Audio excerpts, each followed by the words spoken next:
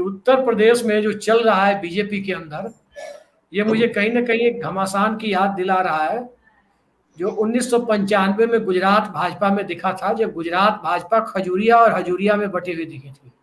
खजूरिया मतलब जो लोग शंकर सिंह वाघेला के साथ खजुराहो चले गए थे, और हजूरिया मतलब वो लोग जो केशु भाई पटेल के सामने जी हजूरी करते थे।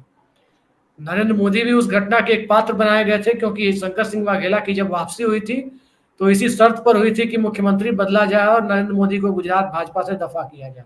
उन्हें दिल्ली ला करके यार्ड में डाला गया था।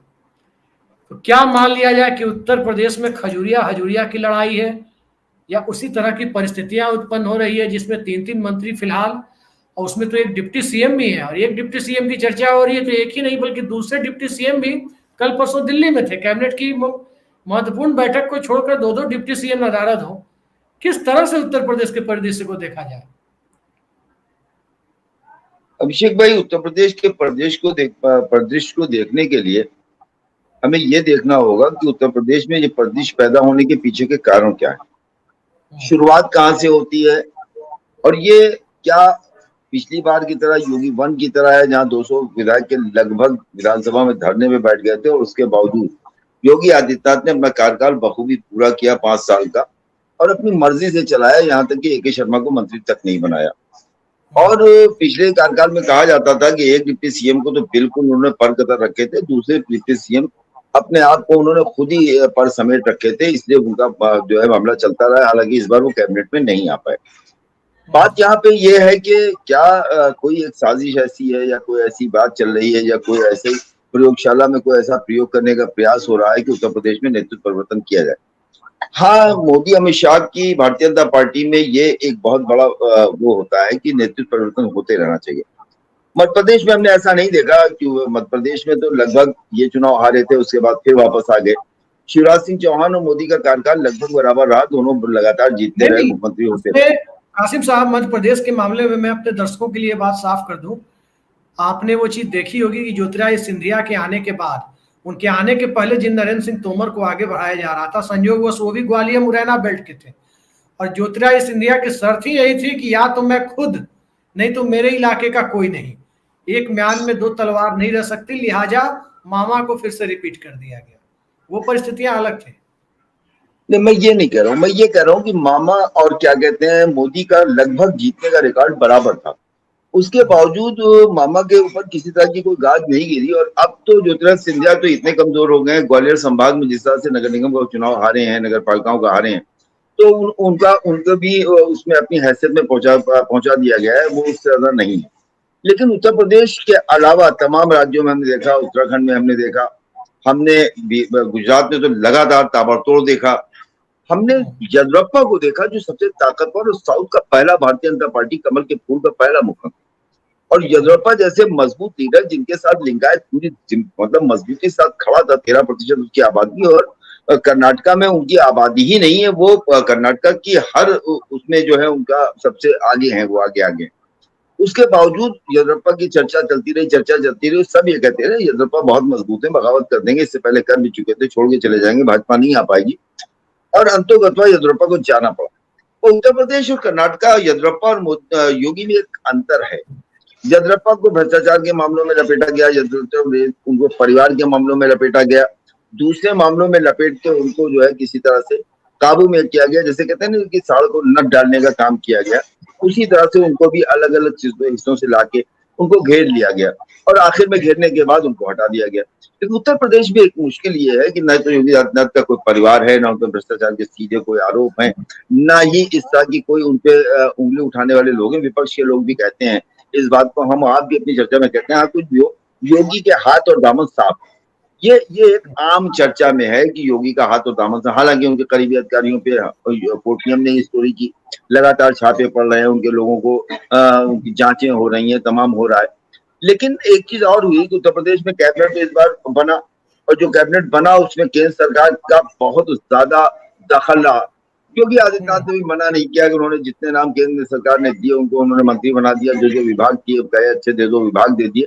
लेकिन हर विभाग में, जैसा कि संजय शर्मा जी ने आज अपने वीडियो में कहा कि उन्होंने विभाग तो दे दिए लेकिन अधिकारी अपने बैठा दिए, मंत्री तो बना दिया लेकिन लोग अपने बैठा दिए, और बाकी विभागों को चाहे न देखा गया हो, लेकिन इन विभागों को जहां पर इनकी मर्जी के बगैर के केंद्र के भेजे हुए नुमाइंदे मंत्री थे, उनको आतिशी शीशे से देखा गया कि यहाँ पे कोई चीज तो नहीं मिल रही है, और देखते देखते उनको मिलना शुरू हो गया। और हमने देखा कि जितिन प्रसाद के ओएसडी के रूप में उनको एक बड़ा शिकार मिला, जो केंद्र के प्रतिनिधि के रूप में थे, जो केंद्र से जिनका मामला था, दिल्ली की राजनीति उन्होंने की थी, केंद्र में भी बड़े बड़े पदों पर रहे थे, कई मंत्रालयों को संभाला था, उत्तर प्रदेश में भी सबसे बड़ा विभाग, सबसे मलाई वाला विभाग मिला।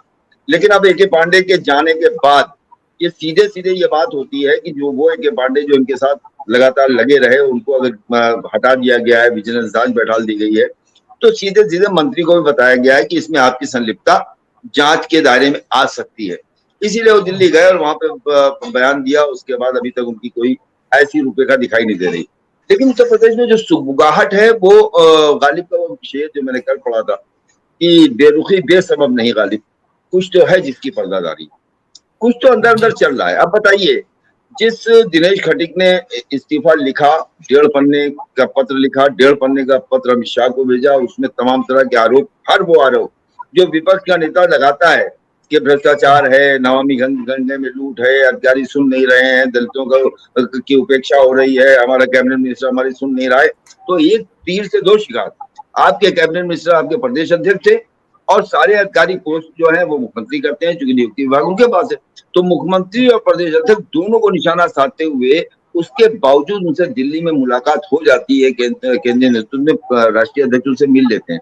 ये कोई छोटी खबर नहीं, ये बड़ी खबर है। और मीडिया में कुछ भी आ रहा हो, उनसे कहा गया कि आप ये बाहर ना उठाइए और पार्टी फोरम में उठाइए। सीधी सी बात है, कोई भी पार्टी होगी कहेगी भाई ये क्या कर रहे हैं, आपको पार्टी फोरम में उठाना चाहिए। ये आम बात है, इतनी बड़ी बात नहीं है कि उसको ब्रेकिंग बनाया जाए। ये ब्रेकिंग जैसी बात नहीं है।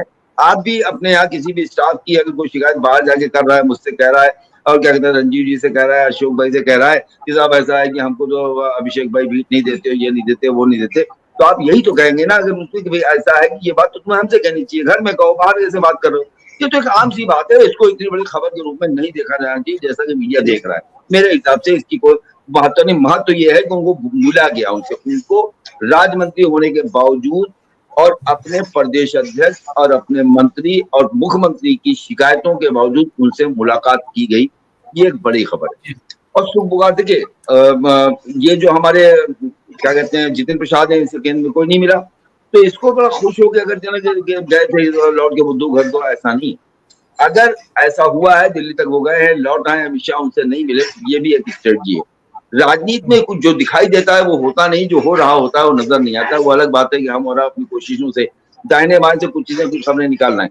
और अब तक जिन जिन प्रदेशों में नेतृत्व परिवर्तन हुआ है, किसी को पता नहीं चला हो गया। ये एक कर्नाटक के अलावा, कर्नाटक में बात चलती थी, खत्म होती थी, चलती थी, खत्म होती थी। तो उत्तर प्रदेश में मुझे अभी तो नहीं दिखाई दे रहा, क्योंकि चर्चा में आ गई। जब चर्चा में होगा तो कुछ नहीं होगा। लेकिन ये जो आग है, ये जो सुलग रही है, ये अंदर अंदर जो धुआं बेवजह नहीं है, इसके नीचे आग है। और वो आग कब बाहर आती है, ये देखने की बात होगी। मैं आपसे बिल्कुल सहमत हूँ कि उत्तर प्रदेश और केंद्र में एक बाकायदा शीत युद्ध जैसी स्थिति है। लेकिन क्योंकि योगी आदित्यनाथ का जो कद है, योगी आदित्यनाथ की जो कार्यशैली है, उनका जो तरीका है, और जो भारतीय जनता पार्टी जिस एजेंडे पे काम करती है, उसमें योगी आदित्यनाथ एक बड़ा चेहरा है। हिंदू जो वोट है उसमें योगी आदित्यनाथ ने, और बुलडोजर और इस तरह की बातों के बाद योगी आदित्यनाथ अपने हिंदी के जो क्षेत्र हैं, यूपी से सटे हुए मध्य प्रदेश, राजस्थान, बिहार, यहाँ की बड़ी लोकप्रियता भी हुई है। ये चीज भी देखने वाली है, और यही एक चीज उनको नुकसान भी पहुंचा सकती है। देखिए, राजनीति में महत्वाकांक्षा होना चाहिए, कोई बुरी बात नहीं है। जो आदमी विधायक होता है, सांसद बनना चाहता है, मंत्री बनना चाहता है, जो मुख्यमंत्री होता है, प्रधानमंत्री बनना चाहता है। जो देश के सबसे बड़े सूबे का मुख्यमंत्री अगर प्रधानमंत्री नहीं बनना चाहेगा तो कौन बनना चाहेगा।